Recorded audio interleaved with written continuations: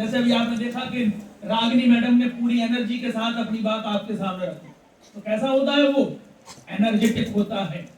और ए माने कैसा होता है? एडोरेबल, यानी पूजनीय। जैसे हर व्यक्ति को गुरु का सम्मान करना चाहिए और गुरु को भी इस बात का ध्यान रखना चाहिए कि मैं अपनी गरिमा और मर्यादा का ध्यान रखूं। इस बात का गुरु को भी ध्यान रखना चाहिए। आज के ये परिवेश में बहुत आवश्यक है।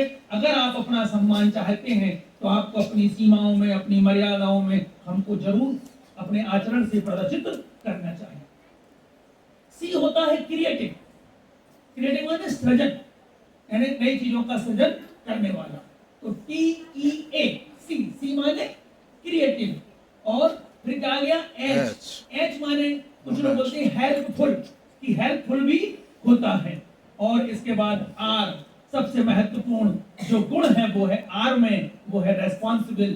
रेस्पॉन्सिबल यानी जिम्मेदार। ये टीचर की व्याख्या है जो एक एक बच्चे को मालूम होना चाहिए कि टीचर में ये गुण समाहित होते हैं। वो टैलेंटेड हो, वो एनर्जेटिक हो, वो एडोरेबल हो, वो क्रिएटिव हो, वो हेल्पफुल हो, और वो इनकरेजिंग हो।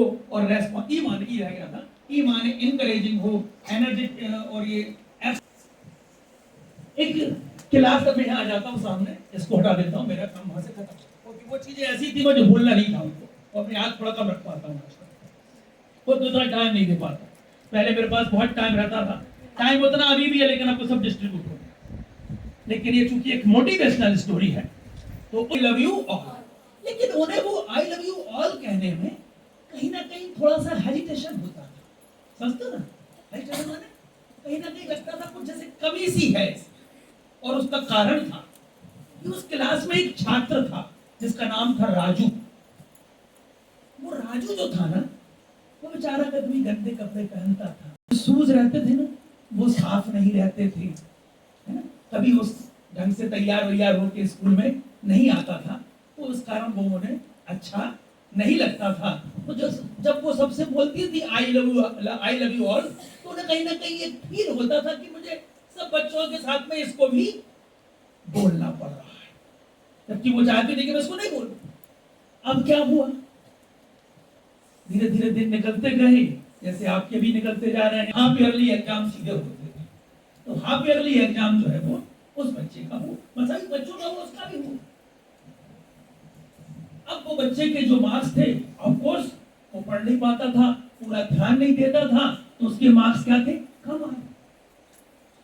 तो स्कूलों में पहले प्रगति पत्रक, आपको ध्यान होगा, पोस्ट मिलती थी हमारे, जिसमें हमारा रिजल्ट लिखा होता था। अंग्रेजी में उसको आजकल प्रोग्रेसिव रिपोर्ट कहते हैं।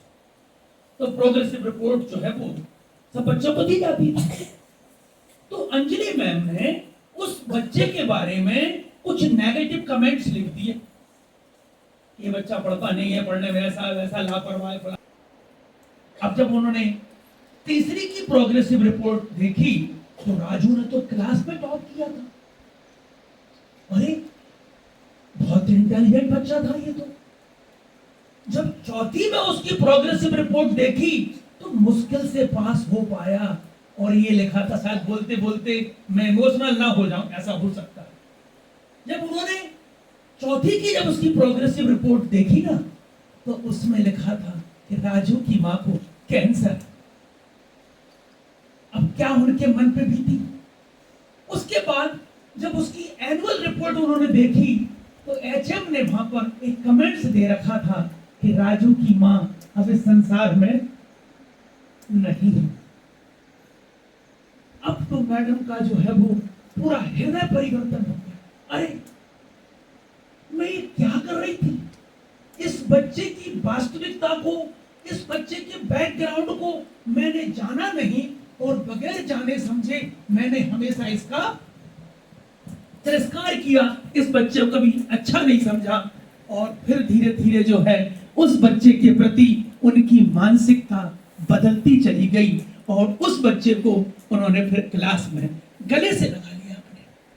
और जब गले से लगाया तो दोनों, मैडम भी और बच्चा दोनों क्या हो गए? इमोशनल हो गए। और इमोशनल होने का अर्थ यही होता है कि दोनों की आंखों से आंसू बहने लगे। मैडम ने उसकी हर संभव मदद की, और इतनी मदद की, और उस बच्चे को बहुत ज्यादा उन्होंने जो है वो, जो सारे बच्चे जो थे ना, उन सबसे ज्यादा लाड़ प्याजों से बाकी छात्राओं की वजह से की तुलना में ज्यादा प्यार करती थी।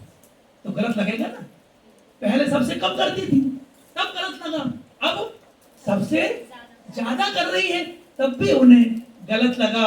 और धीरे धीरे 5वीं की राजू ने जो है वो स्कूल टॉप किया। ताली बजाओ इस बात पे।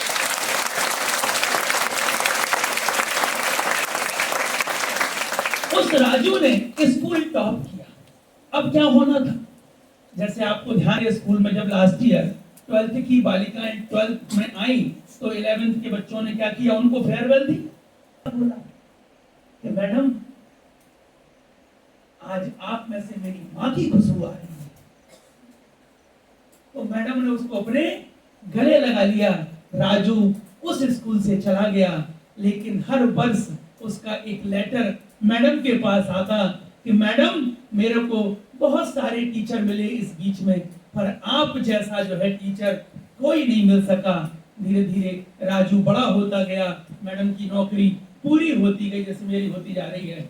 अगले 3-4 सालों में तो सरकार रिटायर कर देगी मुझे, तो मैं भी रिटायर हो जाऊंगा। ऐसे वो मैडम भी जो है वो 4-5 साल बाद, 10 साल बाद, 20 साल बाद वो भी क्या हुई, रिटायर हो गई। और रिटायर होने के बाद उस राजू का एक दिन वेडिंग सेरेमनी का यानी विवाह समारोह का उनके पास कार्ड आया, और कार्ड में प्लेन का टिकट भी था।